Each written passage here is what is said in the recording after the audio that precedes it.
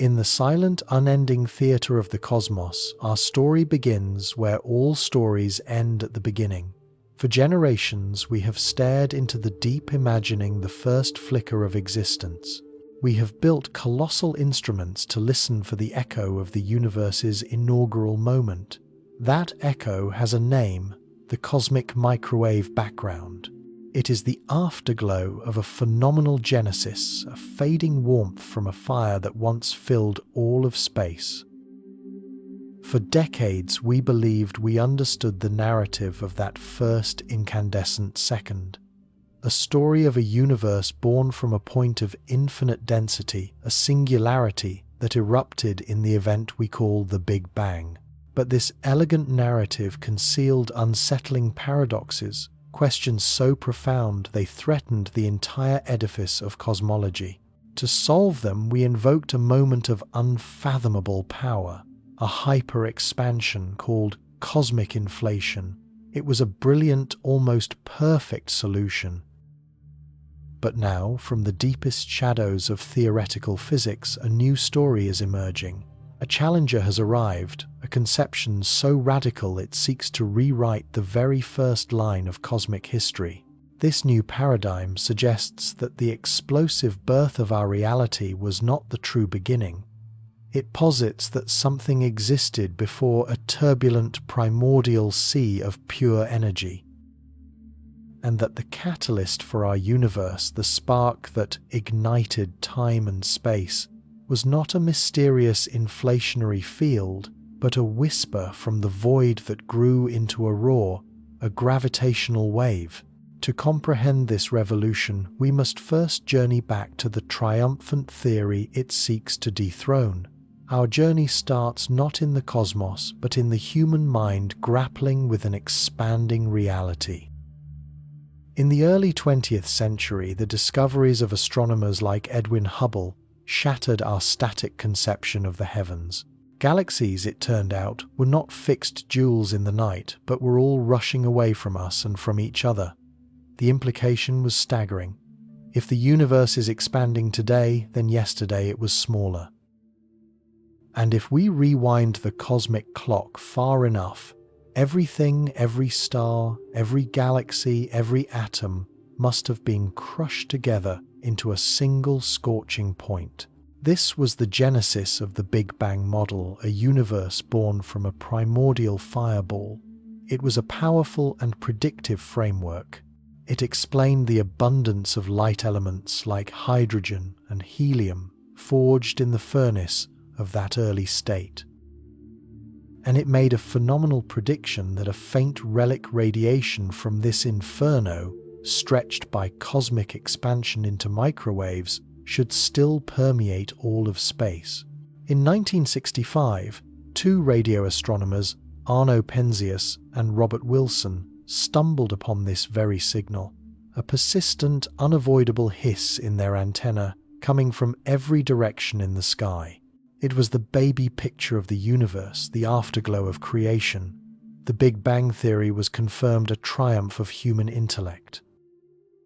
But as our observations grew more precise, this beautiful story began to develop troubling inconsistencies. Three deep paradoxes emerged, threatening to unravel everything. The first was the horizon problem. When we look at the cosmic microwave background, it is astonishingly uniform in temperature. The spot of sky over here is the same temperature as the spot over there, to within 1 part in 100,000. This suggests that these widely separated regions of the universe were once in thermal contact, that they had time to mix and exchange energy like ice cubes in a glass of water. But according to the standard Big Bang model, these regions were never in contact. The speed of light, the ultimate cosmic speed limit, meant there wasn't enough time since the beginning of the universe for a signal to travel from one side of the observable cosmos to the other. It was like finding two people on opposite sides of a vast, unexplored continent who had never met or communicated, yet somehow spoke the same dialect and shared the exact same body temperature. It made no sense. Then came the flatness problem. The geometry of spacetime, according to Einstein's general relativity, can be curved.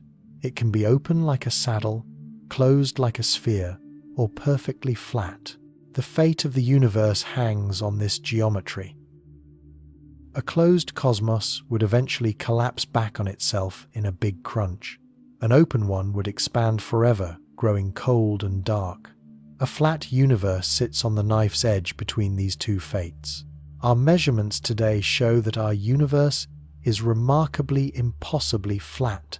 For it to be this flat now 13.8 billion years after the Big Bang, the initial conditions at the very beginning had to be fine-tuned to an absurd degree of precision. It was akin to balancing a pencil on its point and having it remain standing for billions of years. Why was our universe born with this mathematically perfect, unstable configuration? Finally, there was the magnetic monopole problem. Our best theories of particle physics, the grand unified theories, predicted that the extreme energies of the early universe should have created a deluge of exotic heavy particles called magnetic monopoles particles, with only a north or south pole but not both. These particles should be everywhere, yet we have never seen one. Where did they all go? For years, cosmology was stuck. The Big Bang was a spectacular success, yet it was haunted by these fundamental enigmas. Then, in 1979, a young physicist named Alan Guth had what he later called a spectacular realization.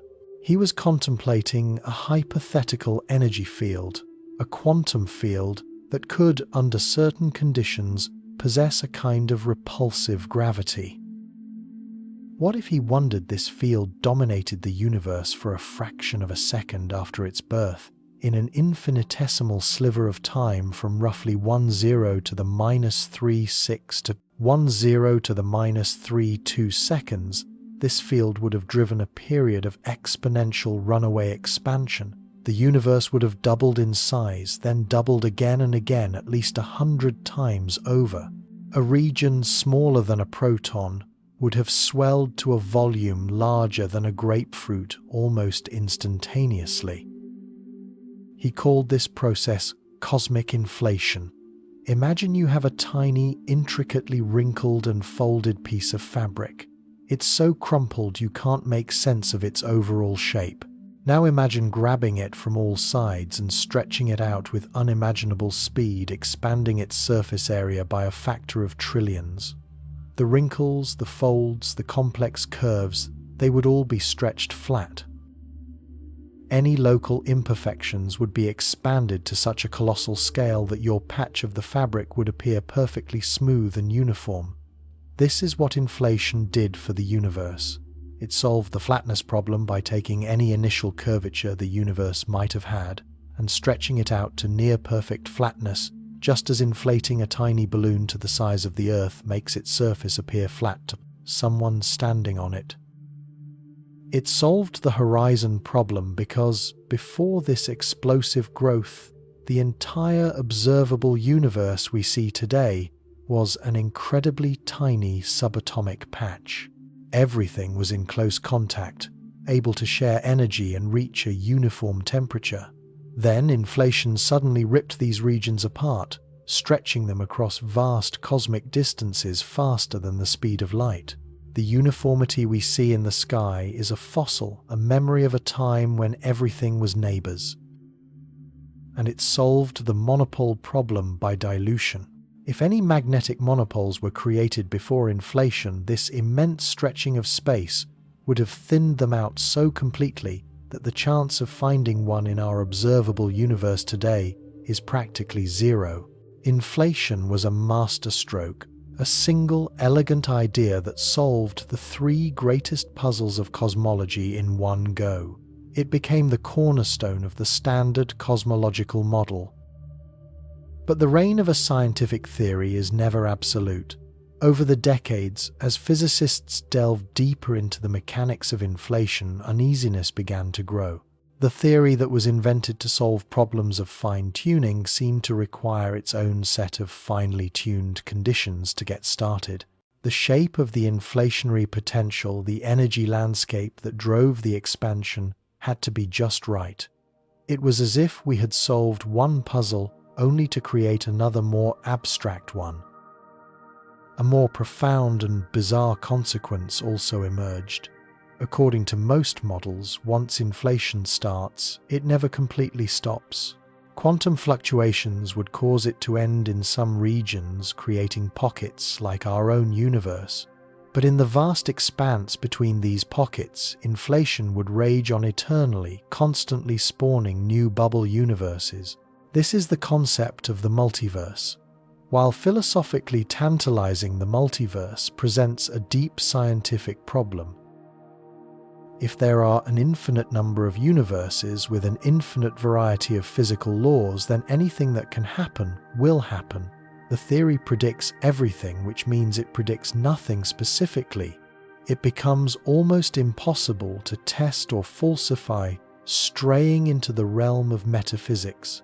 The most direct way to prove inflation would be to find its unique fingerprint on the cosmos, a specific type of primordial gravitational wave. This hyper-acceleration of spacetime should have violently shaken the cosmic fabric, generating ripples that would be permanently imprinted on the polarization of the cosmic microwave background radiation. Detecting this signature, known as B-mode polarization, became the holy grail for cosmologists. In 2014, the world of physics was electrified. The BICEP 2 experiment at the South Pole announced they had found it. The discovery of these primordial gravitational waves was front-page news. It seemed inflation was about to be cemented as undeniable fact, but the celebration was premature. Upon closer scrutiny, it was revealed that the signal was not from the early universe, but was an illusion created by interstellar dust in our own galaxy. The champagne was put back on ice. The definitive proof for inflation remained elusive. It is in this climate of lingering doubt, of unproven predictions and philosophical quandaries, that the new theory has taken root. It asks a question that inflation by its very nature avoids. What if we don't need a special temporary field to explain the early universe? What if the answer lies in a force we already know exists? A force predicted by Einstein a century ago, and one we have only just begun to understand. The story of this new conception begins with Albert Einstein. In 1916, as a consequence of his theory of general relativity, he predicted the existence of gravitational waves. He envisioned reality not as a static stage, but as an active, flexible fabric spacetime. Massive objects, he proposed, warp this fabric, creating the phenomenon we experience as gravity. To visualize this, imagine a taut rubber sheet. Placing a heavy bowling ball in the center creates a dip. A marble rolled nearby will spiral into this dip, not because of a mysterious pull, but because it is following the curve in the sheet. Now Einstein took this a step further. What happens if massive objects accelerate through space-time? If two bowling balls on this sheet were to spiral rapidly around each other, they would create ripples in the rubber disturbances that would propagate outwards. These are gravitational waves, ripples in the very structure of reality itself. For a century, these waves were purely theoretical. They are so incredibly faint, so mind-bogglingly subtle, that Einstein himself doubted we could ever build an instrument sensitive enough to detect them. The stretching and squeezing of space-time caused by a passing wave is smaller than the width of a proton over a distance of several kilometers. Detecting it would be the greatest measurement challenge in the history of science. But we did it. The Laser Interferometer Gravitational Wave Observatory, or LIGO, is one of the most astonishing machines ever conceived. Two identical facilities, thousands of kilometers apart, each consisting of two 4-kilometer-long vacuum tunnels arranged in an L shape. A laser beam is split, sent down each arm, and reflected back by near-perfect mirrors. Under normal conditions, the returning light waves are perfectly out of sync and cancel each other out, resulting in darkness at the detector. But if a gravitational wave passes through the Earth, it will stretch one arm while squeezing the other by an infinitesimal amount. This minuscule change is just enough to knock the laser beams out of perfect cancellation. A flicker of light appears at the detector.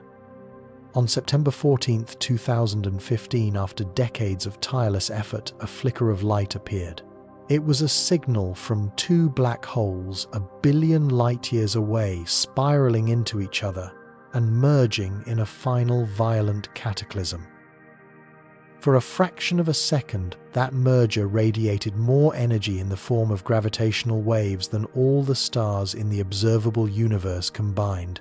Humanity for the first time had heard the sound of spacetime ringing. A new era of astronomy had begun. This triumph is the foundation for the audacious new theory of cosmic origins.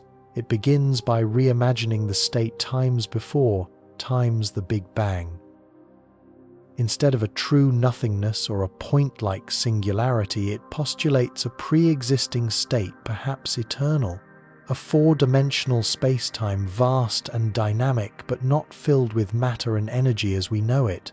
Instead, this pre-cosmic ocean was filled with a roiling, chaotic storm of gravitational waves. These were not the gentle ripples from merging black holes. These were primordial, high-frequency, high-energy tremors in space-time, perhaps the remnants of a previous universe that had collapsed, or waves leaking in from a higher dimensional reality, a bulk that our space-time floats in. For aeons, this ocean of space-time vibrations churned a complex symphony of interfering waves. We have all witnessed the principle of interference at a pond's surface. When the crests of two waves meet, they combine to create a larger crest. This is called constructive interference. When a crest meets a trough, they cancel each other out in destructive interference. Now, apply this simple principle to the pre-cosmic sea of gravitational waves. An almost infinite number of these space-time ripples, each carrying immense energy, crisscrossed this pre-existing reality. The new theory proposes that the Big Bang was a natural, if exceedingly rare, consequence of this chaotic state. It was a moment of perfect cosmic coincidence. By pure chance, at one specific point in this four-dimensional space-time, an unimaginable number of gravitational waves happened to converge. Their paths intersected at the same instant, at the same location, all perfectly in phase. Crest met, crest a trillion times over. This was the ultimate moment of constructive interference. The energy of all these individual waves did not merely add up, it compounded, focusing into a single infinitesimal point. In this instant, the energy density at that location spiked to a value so extreme it beggars imagination. The Planck density, the theoretical maximum. This concentration of pure gravitational energy, this focused echo from a pre-existing cosmos, was so intense that it fundamentally altered the nature of space-time itself. It was not an explosion times in time-space. It was the ignition times of times, space and time. This pinpoint of incredible energy density became the singularity of the old Big Bang model. It was the seed from which our three-dimensional expanding universe blossomed forth. The bang was the moment this concentrated gravitational energy converted into the matter radiation and fundamental fields that constitute our reality. Our universe in this new story was created by the focused echo of a past existence. What makes this idea so compelling is not just its poetic grandeur, but its power to resolve the great cosmological paradoxes without invoking the special pleading of inflation. Consider the horizon problem, the puzzle of the universe's uniform temperature. In this new framework, there is no puzzle. The pre-existing four-dimensional spacetime could have existed for an eternity before the Big Bang event. This provided ample, perhaps infinite time for all regions of this pre-cosmic sea to interact and reach a state of thermal equilibrium. The uniformity we observe is not the result of a brief superluminal stretching, but is a relic of a far more ancient, causally connected past. The universe was already smooth before it was born. And the flatness problem. The sheer violence of the Big Bang's ignition, catalyzed by such an immense concentration of energy, would have naturally propelled the nascent universe into a state of critical density, forcing its geometry to be flat. Think of a powerful underwater explosion. The shockwave expands outwards in a perfect sphere, its shape dictated by the overwhelming force of the initial event. Similarly, a universe born from such a focused energy peak would naturally begin on that knife-edge trajectory of flatness, no fine-tuning required. Even the magnetic monopole problem may be resolved. The conditions of the pre-Bang era and the specific mechanism of energy conversion from gravitational waves to matter might simply have never reached the temperatures and states required by the grand unified theories to produce the exotic particles in the first place.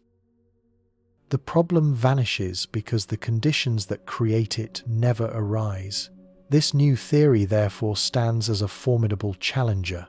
It replaces the hypothetical never-observed inflaton field with gravitational waves entities we have now directly detected. It substitutes the ad hoc period of hyper-expansion with a potentially eternal, causally connected prehistory. It reframes the Big Bang not as the ultimate beginning, but as a moment of transformation, a phase change in reality itself. But how could we ever test such a revolutionary idea? How can we peer past the fiery wall of the Big Bang's afterglow to see the pre-cosmic state that came before the answer once again is gravitational waves? While the cosmic microwave background is a barrier to light a wall of opaque plasma, we cannot see beyond gravitational waves travel unimpeded from the very instant of creation. They are the only pristine messengers from that epoch. The theory of a gravitationally induced Big Bang makes a specific testable prediction. It suggests the existence of a stochastic gravitational wave background, a cosmic hum of space-time vibrations with a unique spectral signature. This background would be composed of the faint leftover ripples from that pre-cosmic sea that were not perfectly focused into the ignition point. It would be an echo of the universe's true genesis. Current detectors like LIGO are designed to sense powerful, short-lived bursts from astrophysical events like black hole mergers. They are not yet sensitive enough to detect this faint, persistent cosmic hum, but new observatories are being planned. The Laser Interferometer Space Antenna, or LISA, will be a constellation of 3 spacecraft forming a colossal gravitational wave detector in space with arms millions of kilometers long. LISA will be sensitive to the low-frequency gravitational waves that could carry the signature of this pre-Bang era. If we find a background with the specific frequency profile predicted by this new model, it would be evidence as powerful as the discovery of the CMB was for the original Big Bang. It would be like finding the resonant frequency of creation itself. This paradigm shift forces us to confront the deepest philosophical question. If our universe was born from the echoes of a prior existence, does this imply a cyclical nature to reality? Could our own universe, as it expands and cools, eventually collapse again into a sea of gravitational waves ready to seed the birth of the next cosmos? The ancient symbol of the Ouroboros, the serpent eating its own tail, finds a new cosmic resonance. Our existence would not be a singular, linear story from a beginning to an end, but a single verse in an epic poem that has always been and will always be written. this changes our place in the cosmos. The inflationary story gave us a special, privileged beginning, a moment of unique creation for our pocket universe, perhaps one among a chaotic infinity of others. This new theory connects us to a deeper, more profound heritage. It suggests that the energy that animates our reality, the very fabric of our space-time, is ancient, recycled, eternal.